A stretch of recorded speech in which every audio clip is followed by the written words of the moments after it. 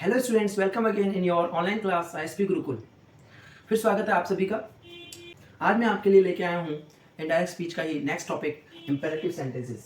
Sentences को शुरू करने से पहले इंपेरेटिव के बारे में आपको कुछ जानकारी दे देता हूँ। इंपेरेटिव क्या मतलब होता है? इंपेरेटिव का इंपेरेटिव को इस तरीके से समझ सकते हैं कि हम रोजाना की बोलचाल की भाषा में इसका यूज करते हैं। किसी भी प्रार्थना के लिए, किसी भी आदेश के लिए, निवेदन के लिए, किसी अभिशाप के लिए ऐसे सेंटेंसेस का यूज किया जाता है। जैसे कोई डॉक्टर अपने मरीज से कहता है कि अपनी दवाई समय पर लिया करो, कोई अध्यापक अपने स्टूडेंट्स को कहता है कि अपना काम समय पर किया करो। इस तरीके के सेंटेंसेस इंपेरेटिव के सेंटेंसेस होते हैं, जिसमें आदेशात्मक वाक्य, निवेदन वाले वाक्य और सुझाव, इस तरह के सेंटेंसेस इंपेरेटिव में आते हैं। एक बात और मैं आपको बता देता हूं कि ऐसे वाक्यों में हमेशा सब्जेक्ट जो होता है वो छुपा होता है।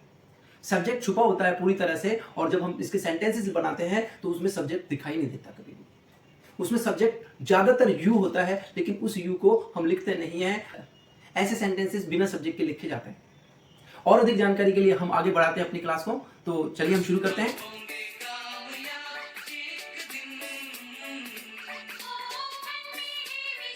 आप देख रहे हैं इंपेरेटिव सेंटेंसेस, इसका अर्थ होता है निवेदन वाले वाक्य, आज्ञा वाले वाक्य, सलाह देने वाले वाक्य या किसी अभिशाप आदि का भाव रखने वाले वाक्य। ऐसे वाक्य जिनमें इस तरह के भाव दिखाई पड़ते हों। स्टूडेंट्स, यहाँ पर आपको सामने पहचान लिखी हुई है। यदि आपके आरएस के अंदर, आरएस मतलब आप समझ रहे हो, जब इनडायरेक्ट स्पीच होता है, डायरेक्ट से इनडायरेक्ट स्पीच बनाना होता है, तो रिपोर्टेड स्पीच जो होती है इन्वर्टेड कॉमास के भीतर, उसके अंदर जो वाक्य की जो शुरुआत होती है, स्टार्टिंग जो होती है, वर्ब की फर्स्ट फॉर्म से हो सकती है, डू नॉट से हो सकती है, प्लीज से हो सकती है, काइंडली से भी हो सकती है। इस तरह में किसी भी शब्द से इनकी शुरुआत हो सकती है। मैं आपको कुछ रूल्स बता देता हूं इसके अंदर, जो कि डायरेक्ट से इनडायरेक्ट चेंज करते समय उन रूल्स को हमको फॉलो करना पड़ता है।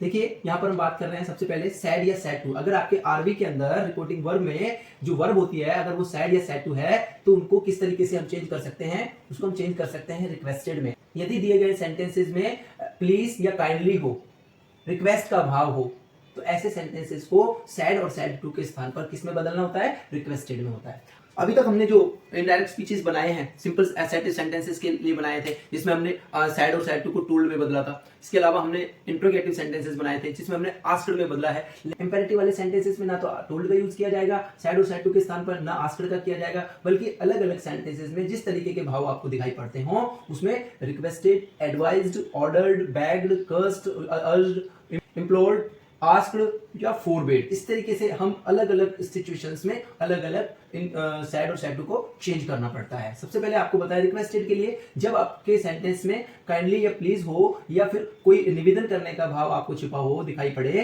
तो ऐसे सेंटेंसेस में रिक्वेस्टेड, बेग्ड, अर्ज्ड और इम्प्लोर्ड, ये इस तरह के जो शब्द हैं, ये सारे के सारे क्या हैं? निवेदन वाले शब्द हैं, जिसमें निवेदन का भाव छिपा हुआ है। ठीक है। इसके बाद अगर कोई सलाह का भाव हो, सलाह मतलब डॉक्टर सलाह दे सकता है, मम्मी पापा सलाह दे सकते हैं, और अपने जो कोई बड़े हैं, एल्डर्स जो हैं, वो सलाह दे सकते हैं, तो ऐसे वाक्यों में हमको एडवाइस को लिखना पड़ता है। लेकिन जहां कोई अपने से बड़ा अधिकारी हो, चाहे वो कैप्टन हो, चाहे वो प्रिंसिपल हो, चाहे वो टीचर हो, जो अपने से बड़े अधिकारी हो, पद में बड़े हों, पोस्ट में बड़े हों, अगर ऐसे कोई व्यक्ति हों, और कभी कभी तो मम्मी पापा का भी कोई बात जो कहते हैं, उसमें भी ऑर्डर के भाव ही आ सकते हैं। Requested, advised, order.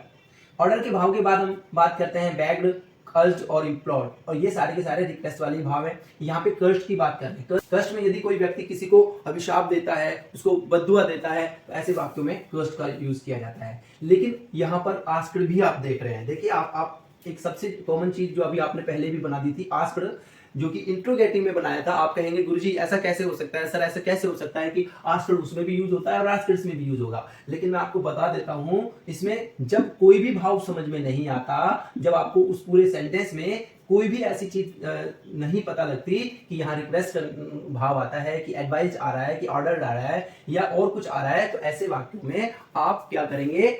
आस्क्ड का यूज कर सकते हैं। जैसे डॉक्टर की बात करें पेशेंट के साथ, तो वो एडवाइस होती है। जैसे टीचर की बात करें स्टूडेंट के साथ, तो वो सजेशन भी हो सकती है, एडवाइस भी हो सकती है और ऑर्डर भी हो सकता है। लेकिन जैसे कोई एक दोस्त दूसरे दोस्त को क्या कहे, जिसमें कोई रिलेशन ही पता नहीं है, कौन छोटा है कौन बड़ा है, जिसमें ये नहीं पता लगे कि कोई कहने वाला वक्ता जो है बड़ा है या छोटा है, या श्रोता जो सुनने वाला छोटा है या बड़ा है, जिनमें उनके आपस के संबंधों का पता ना लगे, छोटे बड़े का पता ना लगे, तो ऐसे वाक्य में हम किसका यूज कर सकते हैं? आस्क्ड का यूज कर सकते हैं। और एक और स्पेशल चीज आपको दिखाई पड़ रही है, यहाँ पर आप देख रहे हैं स्पेशल चीज क्या है कि इसमें आपको फोरबिड का मतलब मना करना, नीचे लिखा है only in negative sentences, only negative sentences, ऐसे सेंटेंसेस जो डू नॉट से शुरू होते हैं, वो जो सब सेंटेंस है उनमें ही केवल इसका यूज होता है, सैड और सैड टू के स्थान पर। ये जितने भी आपको सारे यूज बता रहा हूं वो सारे कहां पे होते हैं, या जब आरबी के अंदर सैड या सैड टू होती है और वाक्य की शुरुआत वर्ब की फर्स्ट फॉर्म से हो सकती हो, प्लीज से हो सकती हो, काइंडली से हो सकती हो, या डू नॉट से हो सकती हो। तो ऐसे सेंटेंसेस में, ऐसी सिचुएशंस में आपको क्या करना है, जब डू नॉट से वाक्य की शुरुआत होती है तो आपको ऐसे सेंटेंसेस में फोरबिड का यूज कर सकते हो। तो फोरबिड के यूज के अलावा इसके जो सेंटेंसेस होते हैं दो तरह से बनाए जाते हैं हमेशा, दो तरह से। ऐसे सेंटेंसेस को आप फोरबिड से भी बना सकते हो, और आप चाहे तो रिक्वेस्ट वाले भाव हो तो रिक्वेस्ट से बनाएं, एडवाइस का भाव हो तो एडवाइस से बनाएं, ऑर्डर्ड का भाव हो तो ऑर्डर्ड से बनाएं। इस तरीके से, या आस्क का भाव, किसी का भी भाव हो तो उसमें आप उसको डू नॉट से बना सकते हैं। और आपको कुछ भी समझ में नहीं आता कि रिक्वेस्ट लगानी है कि कस्ट लगाना है कि ऑर्डर लगाना है, आस्क लगाना, कुछ समझ में नहीं आता, तो ऐसे सेंटेंसेस को मैं आपको सलाह दूंगा, पर्सनली आपको सलाह दूंगा, आपको सीधे सीधे फोरबिड से बनाना है। कोई भी टीचर इस सेंटेंस को गलत नहीं कर पाएगा, ना ही आपको बनाने में दिक्कत हो। एक चीज और, ये तो हो गया जो सैड और सैड टू का यूज। अभी तक हमने जो पिछले सेंटेंसेस किए थे, कनेक्टिव्स क्या किया था, कंजक्शन क्या लगाए थे, कंजक्शन लगाए थे हमने दैट लगाया था एसेटिव सेंटेंसेस में। इंट्रोगेटिव सेंटेंसेस में हमने डब्ल्यूएच वर्ड लगाया था, हमने इफ लगाया, वेदर लगाया था। लेकिन यहां पर कंजक्शंस के रूप में एक प्रीपोजिशन काम करेगा।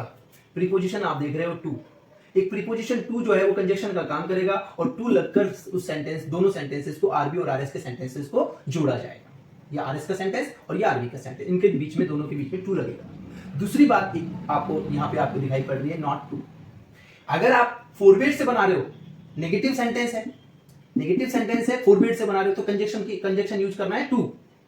और अगर आप नेगेटिव सेंटेंस है, डू नॉट का सेंटेंस है, ऑर्डर से बना रहे हो तो कंजक्शन यूज करना है नॉट टू। ये आपको ध्यान रखना है। अगर आप इनमें से किसी से भी आप डू नॉट के सेंटेंस को बनाते हो, ऊपर वाले फोरबिड के अलावा, फोरबिड के अलावा किसी से भी बनाते हो तो उसमें कंजक्शन लग जाएगा नॉट टू। और अगर आप इनमें से किसी से नहीं बनाते हो, डू नॉट का सेंटेंस है, फोरबिड से बनाना चाहते हो, तो इसके साथ यूज होगा टू का, और नॉट टू का यूज इन सब के साथ हो सकता है। ठीक है, इन बातों का ध्यान रखना है। ये भी केवल ओनली इन नेगेटिव सेंटेंसेस।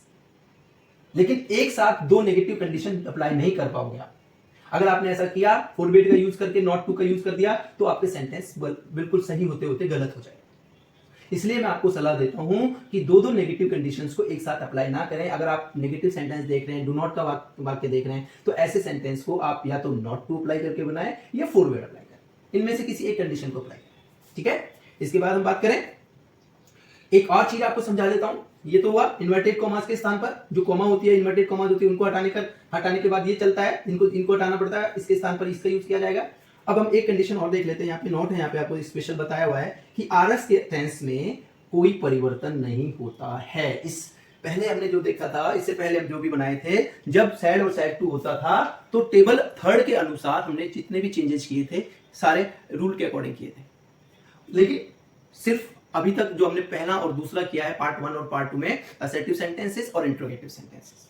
आज जो पार्ट थर्ड में मैं आपको करवाने जा रहा हूं, इंपेरेटिव सेंटेंसेस, इसमें आपको बता दूं कि सैड और सैड टू के स्थान पर ये आगे ये सब चीज आ जाएगा, कंजक्शन टू और नॉट टू लग जाएगा, लेकिन टेंस नहीं बदलेगा। और मैं आपको बताता हूं क्या होगा कि ये जो सेंटेंसेस होते हैं वो प्रेजेंट इंडेफिनिट में ही दिए जाते हैं, सिंपल प्रेजेंट में होते हैं। ये जितने भी इंपेरेटिव के सेंटेंसेस होते हैं, आप ये देख रहे हो, इसमें वर्ब की फर्स्ट फॉर्म है, और वर्ब की फर्स्ट फॉर्म का use, as we know that, कि वर्ब की फर्स्ट फॉर्म जो है केवल और केवल सिंपल प्रेजेंट में यूज होती है। तो इसलिए मैं आपको बता दूं, इंपेरेटिव के सेंटेंसेस सिंपल प्रेजेंट के ही होते हैं, और जब बनाएंगे इसके रिपोर्टेड स्पीच, वो भी सिंपल प्रेजेंट में ही बनेगा। ये तो थे आपके सारे रूल्स। अब इन रूल्स के बाद मैं आपको बता दूं, देखिए स्टूडेंट्स, इन रूल्स को फॉलो करते समय बड़े छोटी छोटी बातों का हमको ध्यान रखना पड़ता है, और जब इन छोटी छोटी बातों का ध्यान रखेंगे तो हमारे सेंटेंसेस में कोई भी गलती नहीं होगी, हमें 100% मार्क्स सेंटेंस में मिल जाएंगे। आगे बढ़ने से पहले आपसे फिर से वही निवेदन करना चाहूंगा कि वीडियो को बीच बीच में स्किप ना करें, वीडियो को शुरू से अंत तक जरूर देखें। यदि अभी तक आप लोगों ने चैनल को सब्सक्राइब नहीं किया है तो चैनल को सब्सक्राइब करें, हमें अपना प्यार ऐसे ही बनाए रखें, और वीडियो को लाइक करें, शेयर करें, और ज्यादा से ज्यादा कमेंट्स हमें अपने कमेंट बॉक्स में डालें। तो आगे बढ़ने से पहले एक बार फिर वही बात कि आप लोग बीच में इस वीडियो को स्किप ना करें, वीडियो को अंत तक देखें, ताकि आपको छोटी छोटी बारीकियों का पता लगे और आप किसी भी तरह सेंटेंस को गलत नहीं कर पाए। चलिए इन सभी रूल्स को और बेहतर तरीके से जानने के लिए, समझने के लिए, इनके लिए कुछ सेंटेंसेस का सॉल्यूशन कर लेते हैं। सबसे पहला सेंटेंस आप देख रहे हैं जिसमें आपको सेड टू दिखाई दे रहा है। यहाँ पे student said to the teacher please tell me the answer once again. हमने देखा इस गिवन सेंटेंस में स्टूडेंट और टीचर ये दो रिलेशन आपके सामने दिखाई दे रहे हैं। स्टूडेंट अपने टीचर से कह रहा है और साथ ही साथ इसमें प्लीज भी दिखाई पड़ रहा है। आपको ये सब चीजें देखनी है, ये सब चीजें आपको देखकर पहचाननी है कि क्या करना है हमें। और जैसे ही मैंने आपको बताया कि जब प्लीज आता है तो रिक्वेस्टेड लिखा जाता है। तो यहाँ पर प्लीज आ गया है तो सबसे पहले तो प्लीज को हटा देंगे सेंटेंस से, बिल्कुल ये सेंटेंस से हट जाता है और इसके स्थान पर सेड टू को रिक्वेस्टेड में बदल दिया जाता है। और शुरू करते हैं sentence. Student requested the teacher connective. देखिए क्या करना है, कॉमा और इन्वर्टेड कॉमास को हटाना है। कनेक्टिव क्या करना है, कनेक्टिव टू लगाना है। कनेक्टिव टू लगाना है, सभी कंडीशन में टू लगाना है। एक ही कंडीशन ऐसी है जिसमें नॉट टू लगेगा, अगर सेंटेंस में डू नॉट हो तो। अगर कोई सेंटेंस डू नॉट से शुरू होता है तो ऐसी कंडीशन में नॉट टू का यूज कर सकते हो। अगर नॉट टू का यूज तब भी नहीं करना चाहते हो तो उसके लिए आपको फॉरवर्ड का यूज करके टू का यूज कर सकते हो। तो देखिए हम यहाँ पे टू का यूज कर रहे हैं, टू, ठीक है। और उसके बाद सेंटेंस में कोई चेंज नहीं करना है। मैंने आपको लास्ट में बताया कि आरएस के टेंस में कोई परिवर्तन नहीं होगा, अर्थात ये जो ऊपर वर्ब दे रखी है उसको एज इट इज लिख दिया जाएगा। The student requested the teacher to tell। अब ये आपके जो प्रोनाउंस के चेंजेस है, मैंने आपको पहले वीडियो में बताए थे कि 1, 2 and 3 SON, और मैंने ये भी बताया था कि ये ऑल सेंटेंसेस में अप्लाई हो गए। Use in all sentences, apply in all sentences. मैंने आपको उस दिन भी बताया था ये ऑल सेंटेंसेस, मैंने उस दिन भी बताया, आज फिर बता रहा हूं कि इसका यूज होगा 1, 2, 3 SON। जो मैं आपको बताया, ट्रिक बताया है, इस ट्रिक के माध्यम से आपको बहुत इजी हो जाता है सबको चेंज करना। सबसे पहले आपको देखते हैं यहाँ पे क्या है, मी है, और मी कौन सा पर्सन है, फर्स्ट पर्सन है। फर्स्ट पर्सन किससे बदलता है, सब्जेक्ट से बदलता है, स्टूडेंट से बदलेगा। स्टूडेंट ही भी हो सकता है, स्टूडेंट शी भी हो सकता है, स्टूडेंट शी भी हो सकता है, स्टूडेंट ही भी हो सकता है, ठीक है। अब ही या शी में कोई भी स्टूडेंट हो सकता है, मैस्कुलिन जेंडर, फेमिनिन जेंडर, कुछ भी हो सकता है। लेकिन एक चीज और ध्यान रखनी है, मी कौन सी पोजीशन में है, तीन पोजीशन बताई थी, एक सब्जेक्टिव, पजेसिव और ऑब्जेक्टिव। तीन पोजीशन बताई थी, आई, माय, मी, तीन पोजीशन आपको बताई थी मैंने, ठीक है। तो यहाँ पर जो मी है वो ऑब्जेक्टिव पोजीशन में है। ऑब्जेक्टिव पोजीशन में मी से बदलने आया ही, शी से। आप ही या सी कुछ भी आपकी मर्जी है, आप कर सकते हो। स्टूडेंट है यहाँ पे, कोई इसमें जेंडर नहीं लिखा है, लेकिन स्टूडेंट कुछ भी हो सकता है। इसलिए मी को ही से बदलना चाहो तो हिम बदल जाएगा, और शी से बदलना चाहो तो हर बदल जाएगा। इसकी भी ऑब्जेक्टिव वाली पोजीशन ही आएगी यहाँ पर। तो यहाँ पे हम लिख सकते हैं हिम या ब्रैकेट में हर, ठीक है। फिर इसके बाद the answer once again, once again, ठीक है। और ये इन्वर्टेड कॉमास खत्म हो जाता है। ये तो था आपका पहला सेंटेंस। कुछ नहीं किया है इसमें हमने, सबसे पहले रिक्वेस्ट बदला है, फिर कंजंक्शन टू लगाया है और प्रोनाउन को चेंज किया है, ठीक है। ये चेंजेस हमने किए हैं और सेंटेंस आपके सामने। नेक्स्ट सेंटेंस में क्या है, father said to me do your work. मैंने आपको बताया था अभी कि जब माँ बाप होते हैं, माता पिता होते हैं, वो आपको ऑर्डर भी कर सकते हैं, वो आपको एडवाइस भी दे सकते हैं। तो माँ बाप का दोनों ही इसमें भाव हो सकता है, कोई भी एक भाव हो सकता है। वो सेंटेंस के ऊपर डिपेंड करता है, आपको एडवाइस लग रहा है कि आपको ऑर्डर लग रहा है। यहां पर मुझे तो इसमें ऑर्डर लग रहा है, ठीक है। तो हम चेंज करें इसको, देखें, फादर सेड टू को चेंज करना है, ऑर्डर्ड मी कनेक्टिव टू। ये कुछ चीजें हैं जो आपको एक एक बार ध्यान से बनानी है। इसके बाद फर्स्ट फॉर्म है वर्ब की, एज इट इज लग जाएगी, डू का डू, योर सेकेंड पर्सन है, इससे बदलेगा ऑब्जेक्ट से। कौन सी पोजीशन है, सब्जेक्टिव, पजेसिव और ऑब्जेक्टिव। पजेसिव वाली पोजीशन है बीच की, और पजेसिव की पोजीशन है मी से बदलना है। इसकी पजेसिव पोजीशन क्या होगी, माय, तो इसको चेंज करोगे आप, माय वर्क, फुल स्टॉप। देखिए बड़ा आसान है। ऐसे अगर आप करेंगे तो आपके कोई सेंटेंस इस टॉपिक में तो भी गलत नहीं होंगे, मेरा आपसे वादा है। नेक्स्ट सेंटेंस है, he said to me do not. यहां देखिए डू नॉट, और यहां पर भी आप देखिए डू नॉट। तो डू नॉट वाले वाक्य के दो आंसर होंगे, आपको दोनों ही आंसर बताऊंगा। तो इससे पहले आगे देख लेते हैं डिस्टर्ब मी। देखिए यहां पर सेट टू, अब डू नॉट में आपको एक चीज बताया है, सबसे पहले आपको कुछ भी नहीं देखना है, कुछ भी सोचना नहीं है कि क्या भाव है, कौन छोटा कौन बड़ा है, कुछ नहीं देखना है, सीधे सीधे ही फोरबिड से बनाएगा। फोरबिड, फोरबिड का मतलब होता है मना करना, ये नेगेटिव भाव देता है। ही फोरबिड मी। अब मैंने आपको बताया था कि जब फोरबिड का यूज करोगे ओनली इन नेगेटिव सेंटेंस, यानी कि नेगेटिव कंडीशन अप्लाई कर रहे हो आप, तो दूसरी कंडीशन नेगेटिव अप्लाई नहीं कर सकते हो, केवल टू का यूज कर सकते हो। अगर आप नॉट टू का यूज करते तो आप फोरबिड नहीं लिख सकते थे। देखिए यहां पर हम कंडीशन क्या लगाएंगे, टू, इसको हटा देंगे। अब एक चीज और ध्यान रखने की क्या है, इसमें डू नॉट की जगह पर आ गया फोरबिड, ठीक है, और नॉट की जगह पे आ गया फोरबिड, डू की जगह से भी आ गया। तो ये जो डू नॉट जो है ये क्या होगा, सेंटेंस से रिमूव हो जाएगा। क्या हो जाएगा, रिमूव हो जाएगा। और डू नॉट रिमूव हो जाने के बाद क्या करना है हमको, ही फोरबिड मी टू डिस्टर्ब। अब देखिए नेक्स्ट क्या है, प्रोनाउन है, और प्रोनाउन में भी फर्स्ट फॉर्म है, फर्स्ट पर्सन है। ये देखिए फर्स्ट पर्सन का चेंज सब्जेक्ट से, तो यहाँ पे क्या करना है हमको, इसका चेंज सब्जेक्ट से करना है। और सब्जेक्ट का ऑब्जेक्टिव फॉर्म देखें मी से, क्योंकि इसका ऑब्जेक्टिव फॉर्म है ये, और इसका ऑब्जेक्टिव फॉर्म होगा हिम। तो देखिए फुल स्टॉप, यहां आ गया ही forbid me to disturb him, उसने मुझे मना किया उसे डिस्टर्ब करने से। किसे, उसी को जिसने मना किया था। अब इसको एक और सेंटेंस के रूप में चेंज देख रहे हैं, इसका चेंज नेक्स्ट सेंटेंस के रूप में, ये तो फर्स्ट चेंज था, इसको एक और तरीके से बना सकते हैं अपन, किससे, ही। अब की बार फोरबिड से नहीं बनाए, आप ये देखिए ही और मी, ही और मी दो व्यक्ति हैं, या तो वो दोनों दोस्त हो सकते हैं, या वो दोनों भाई हो सकते हैं, कोई भी हो सकते हैं, अड़ोसी पड़ोसी हो सकते हैं, छोटे बड़े हो सकते हैं, ही बड़ा हो सकता है, मी छोटा हो सकता है, ही छोटा हो सकता है, मी बड़ा हो सकता है, कुछ भी हो सकता है, इसमें कोई रिलेशन पता ही नहीं लग रहा है। तो ऐसे सेंटेंसेस में जिनमें रिलेशन का पता ना लगे, भाव का पता ना लगे, क्या करना है उसमें मैंने आपको बताया था, ऐसी कंडीशन में आपको आस्क का यूज करना है। यहां पर लिखेंगे हम आस्क, ठीक है, मी। अब यहां पर क्या करना है, अभी हमने फोरबिड का यूज नहीं किया, वाक्य की शुरुआत थी डू नॉट से।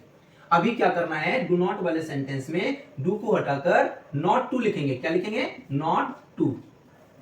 ये कनेक्टिव हो गया आपका, ठीक है। अब डिस्टर्ब का डिस्टर्ब, और मी की जगह वही जो हमने पहले बताया था, हिम, ठीक है। इसके चेंजेस जो है प्रॉपरली वैसे ही होंगे जैसे अभी तक आपको बताए गए हैं, ठीक है। इस तरीके से आपके चेंजेस होते रहेंगे हर सेंटेंस में। तो डू नॉट वाले वाक्यों के आंसर हमेशा दो होते हैं, कोई भी एक आंसर आपको जो सरल लगता है बना सकते हैं, ठीक है। अभी हम नेक्स्ट सेंटेंस देखते हैं। नेक्स्ट सेंटेंस में the doctor said to the patient take light food. देखिए जरा, डॉक्टर की और पेशेंट की बात होती है यहाँ पे, ठीक है, डॉक्टर और पेशेंट की बात चल रही है, और यहाँ पर सेड टू है। जब वो डॉक्टर पे पेशेंट की बात चलती हो तो ऐसे में हमेशा एडवाइस आती है, इसमें ना तो ऑर्डर आता है ना रिक्वेस्ट आती है, कुछ भी नहीं आता है, यहाँ पर हमेशा एडवाइस आएगी। तो क्या करना है बच्चे, द डॉक्टर एडवाइज्ड द नहीं है यहाँ पे सेंटेंस में, पेशेंट, ठीक है। आगे कंजक्शन क्या लगना है, वही प्रीपोजिशन अपना जो टू है, उसको टू लगा दें, to take light food, that's all. यहां पर एक चीज और ध्यान रखें बच्चे, यहां पर इन्वर्टेड कॉमा में हमेशा कैपिटल लेटर होता है, लेकिन जैसे ही कंजक्शन लगता है कोई भी कंजक्शन तो कैपिटल से स्मॉल बन जाता है, ध्यान रखना इस चीज को। ये छोटी छोटी पंक्चुएशन की गलतियां होती है, लेकिन ये गलतियां ना करें आप, एग्जामिनर को आप और ज्यादा समझदार लगोगे। देखिए अगला sentence, the teacher said to the students. यहाँ पर वही बात आई है, स्टूडेंट ने पहले टीचर से कहा था, अब टीचर स्टूडेंट्स को बोल रहा है। क्या बोल रहा है, नेवर वेस्ट योर टाइम। ये एक सलाह है, मेरी निगाह में ये एडवाइस है, सलाह है, ये आदेश नहीं है। ये टीचर की सलाह है एक स्टूडेंट को, माने माने, नहीं माने नहीं माने, ठीक है। यहाँ हम देख रहे हैं the teacher said to the students never waste your time. अब एक ये सेंटेंस जो है वो सबसे अलग तरह का सेंटेंस है, ये भी नेगेटिव का ही है, डू नॉट वाले सेंटेंस है, लेकिन इसमें थोड़ा सा अलग चीज है। यहां देख रहे हैं आप नेवर, ठीक है। मैं आपको एक चीज बता देता हूं, यहां पर नेवर होने से वर्ब की फर्स्ट फॉर्म कहां चली गई है, पीछे चली गई। जैसे प्लीज सेंटेंस होते हैं, काइंडली वाले सेंटेंसेस होते हैं, ऐसे सेंटेंसेस जिसमें प्लीज और काइंडली होती है, डू नॉट होता है, ऐसे सेंटेंसेस में वर्ब कहां चली जाती है, इनके पीछे चली जाती है, यहाँ पर भी वर्ब पीछे चली गई। और जबकि मैंने बताया था कि वर्ब की फर्स्ट फॉर्म से शुरू होंगे, डू नॉट से शुरू हो सकते हैं, डू नॉट के बाद भी वर्ब की फर्स्ट फॉर्म ही आ रही है, आप देख रहे हैं यहाँ पे वर्ब की फर्स्ट फॉर्म ही है, ठीक है। तो ऐसी छोटी छोटी चीजों को हमको ध्यान रखना है। तो नेवर वाले सेंटेंस को अक्सर स्टूडेंट्स गलत करते हैं, क्योंकि इस पर कोई भी ध्यान नहीं देता है, ना ही शायद मेरे ख्याल से बहुत कम जो टीचर्स होते होंगे जो नेवर वाले सेंटेंस को बड़े ध्यान से कराते हैं स्टूडेंट्स। तो ऐसे सेंटेंसेस जिसमें नेवर हो वो नेगेटिव की कैटेगरी में होता है, बट हमको करना क्या है देखते हैं। यहाँ पर टीचर है और said to the students, student है, टीचर क्या कर रहा है, एडवाइस कर रहा है, ठीक है। यहाँ पे ऑर्डर नहीं दे रहा है, टीचर ऑर्डर भी देता है, लेकिन ऐसे सेंटेंस जिनमें कुछ सलाह वाले भाव हो तो वहां पर हमको एडवाइस का यूज करना है। तो क्या करना है, the teacher advised the students, ठीक है। अभी क्या करना है, यहां पर जो नेवर लिखा है उसको यही लिखना है, नेवर को कैपिटल नहीं स्मॉल लेटर में नेवर, इसके बाद इसका कंजक्शन लगेगा।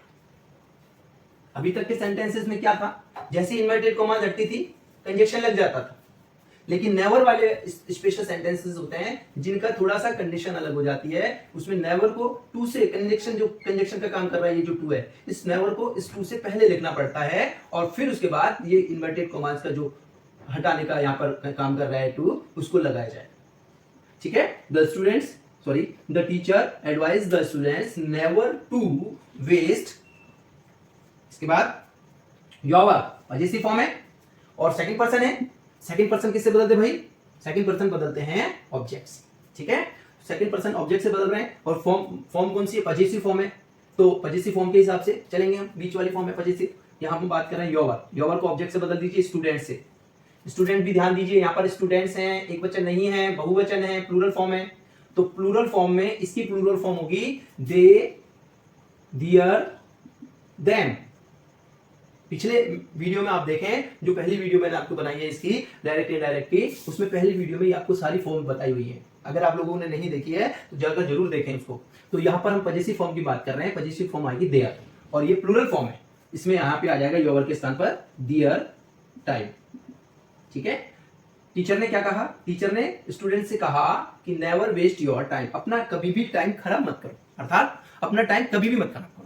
तो यहाँ पर बताया है कि teacher advise the students, teacher ने एडवाइस दिया बच्चों को, सलाह दी बच्चों को, never to waste their time, कि उनका टाइम वो अपने आप खराब ना करें, ठीक है। नेक्स्ट सेंटेंस, एक और डू नॉट का सेंटेंस देख रहे हैं आप। यहाँ पर ऑब्जेक्ट नहीं है, ऑब्जेक्ट नहीं होने की कंडीशन में भी मैं आपको दिखाया है यहाँ पे, जब सैड हो तो भी वो बदलना है। पहले हमने क्या किया था, फर्स्ट में क्या किया था असेटिव सेंटेंस में, जब सैड होता तो सैड ही लिखते थे, उसको टोल्ड नहीं बनाते थे। लेकिन ऐसे सेंटेंसेस में सैड की जगह पर भी रिक्वेस्टेड, एडवाइज्ड, ऑर्डर्ड, फोरबेड, जो कुछ भी यूज होना है हम उसका यूज करेंगे। तो देखिए क्या करना है, यहाँ पर सैड है, अब यहाँ पर ऑब्जेक्ट चाहो तो आप मान लीजिए अपने आप को, ठीक है। Do not play on the road, ये क्या है, सलाह है, ये भी एक एडवाइस है कि सड़क के बीचों बीच या सड़क के ऊपर मत खेलो, ठीक है। तो यहां पर एक सलाह ही दिखाई दे रही है, आप इसमें लिख सकते हो ही, सैड को आप सलाह के रूप में मान रहे हैं। यहाँ पे do not play on the road, sentence के भाव से पता लग रहा है, तो हम एडवाइस, और आप चाहें तो ब्रैकेट में मी लिख सकते हैं, ठीक है, और नहीं चाहें तो कोई दिक्कत नहीं है। इसके बाद नॉट टू, ध्यान दीजिएगा डू नॉट के वाले वाक्य हैं यहाँ पे, जब डू नॉट के सेंटेंस होते हैं तो नॉट टू लगता है कंजक्शन, टू नहीं लगेगा। टू तब लगेगा जब उसमें फोरबेड लगेगा, अगर फोरबेड लगाते हो तो टू लगाओ, फोरबेड नहीं लगाया है, यहाँ पे हमने नहीं लगाया है, फोरबेड नहीं लगाया है, तो आपको नॉट टू लगाना पड़ेगा, नॉट टू, ठीक है। इसके बाद play on the road, clear, that's all. इसके एक और सेंटेंस को बनाइए, कैसे बनाओगे आप बताएं, चलो मैं ही बताता हूं। ही, अब इसको किससे बनाए, नॉट टू है ये, इसको हम बनाएंगे फोरबेड से। ही फोरबेड,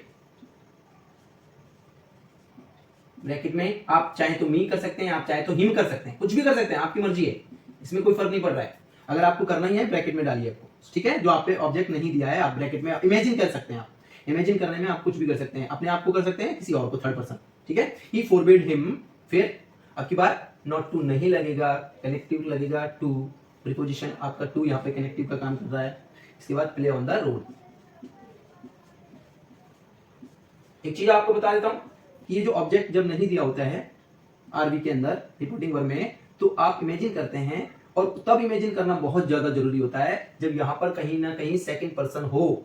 आरएस के अंदर इन्वर्टेड कॉमास के अंदर यदि सेकंड पर्सन दिया हुआ है, यू या ओवर यू कुछ भी दिया हुआ है, तो यहाँ पर अनिवार्य रूप से आपको इमेजिन करना पड़ेगा। जहां पर सेकंड पर्सन नहीं हो और इसके अंदर रिपोर्टिंग स्पीच के अंदर, तो आपको इमेजिन करने की आवश्यकता है ही नहीं, चाहे आप कर ले, कोई दिक्कत नहीं है। ठीक है। The beggar said please give me 10 rupees. भिखारी ने कहा, किसी से भी कह सकता है, आपसे भी कह सकता है, मुझसे भी कह सकता है। तो यहां पे वही बात है, द बेगर रिक्वेस्टेड मी, इसमें भी नहीं है ऑब्जेक्ट, आपने इसको इन्वर्टेड को इसको ब्रैकेट में डाल दिया, इमेजिन करके हिम भी लिख सकते हैं। एक चीज और आपको बताऊं, बेगर की बात कर रहे हैं, आप बेगर के लिए आप रिक्वेस्टेड का यूज करो, इम्प्लोर्ड का यूज करो, ठीक है, बैड का यूज करो, कुछ का भी कर सकते हो, ठीक है ना। हम सीधे सीधे रिक्वेस्ट का यूज कर रहे हैं यहाँ पे। प्लीज को हटाना है, जैसे रिक्वेस्ट आता है प्लीज हट जाता है, काइंडली हट जाता है, ठीक है। गिव का गिव रहेगा, सॉरी गिव से पहले क्या करना है भाई बताओ, गिव से पहले इंजेक्शन का यूज करना है, टू का यूज करना है, टू गिव। अब देखिए क्या है, ये प्रोनाउन है, प्रोनाउन को चेंज सब्जेक्टिव, पजेसिव और ऑब्जेक्टिव। क्या है यहाँ पे, सब्जेक्टिव, पजेसिव, ऑब्जेक्टिव। तो कौन सी फॉर्म है यहाँ पे, ऑब्जेक्टिव फॉर्म है, ठीक है। ऑब्जेक्टिव फॉर्म को फर्स्ट पर्सन कौन सा है, फर्स्ट पर्सन, फर्स्ट पर्सन का चेंज सब्जेक्ट से, सब्जेक्ट से चेंज करो बैगर से। तो बैगर खुद है, बैगर कोई लड़का हो सकता है, कोई लड़की हो सकती है, it means masculine and feminine हो सकता है। तो यहाँ पर हम इसको मैस्कुलिन के अगर हिसाब से देखें तो हिम आ जाएगा, ठीक है। इसका ऑब्जेक्टिव फॉर्म क्या है, हिम आ गया, और ये किससे बदला, सब्जेक्ट से बदला। 10 रुपीज का 10 रुपीज, ठीक है। नेक्स्ट सेंटेंस है, मदर, जी हाँ, माँ ने कहा है मुझसे।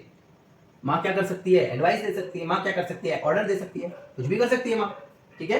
तो मदर सेड टू मी, माँ ने मुझसे कहा, क्या कहा, सेंटेंस देखिए जरा, get up early in the morning, जल्दी खड़ा होकर करो सुबह। इसका मतलब ये सलाह है हमारी माँ की, माँ ने हमें सलाह दी है। तो यहाँ पे लिखेंगे एडवाइज्ड मी टू, कंजक्शन लेना है यहाँ पर, ठीक है, नेगेटिव नहीं है। जब नेगेटिव नहीं होता तो बिना सोचे समझे उनको टू लगाना है। और गेटअप का गेटअप छोटा स्मॉल लेटर्स में लिखे जाएंगे, get up early in the morning, that's all. जी हाँ, इतना ही है, इसके अलावा कुछ नहीं है। तो देखिए बच्चों, आप देखिए ये छोटी छोटी चीजें ध्यान में रखते हुए ऐसे बदलाव आप करते रहिए, ऐसे चेंजेस करते रहिए, और बड़े इजी वे में आप क्या करेंगे, इन सेंटेंसेस को डायरेक्ट से इनडायरेक्ट में ट्रांसफर कर सकते हैं। कोई मार्क्स नहीं कटेंगे आपके। लगातार हमारी वीडियो को इस तरह से देखते रहिए, अपना प्यार हमारे ऊपर बनाए रहिए। आप लोग हमें अपने कमेंट्स जरूर लिखिए, आपको हमारी वीडियोस कैसी लगती हैं, हमारा पढ़ाया हुआ समझ में आता है कि नहीं आता है। अगर नहीं आता है तो आप कुछ क्वेश्चंस कर सकते हैं, अगर आता है तो लाइक करके और उनको शेयर कर सकते हैं। तो जाते जाते एक बार फिर से याद दिलाना चाहूंगा, यदि अभी तक आप लोगों ने चैनल को सब्सक्राइब नहीं किया है तो सब्सक्राइब जरूर करें, और नए व्यूअर्स जरूर से जरूर हमारे पिछली वीडियोस को भी देखें, ठीक है। तो आज की क्लास के लिए इतना ही, अगली क्लास में फिर मिलते हैं। Till then good bye and जय श्री राम।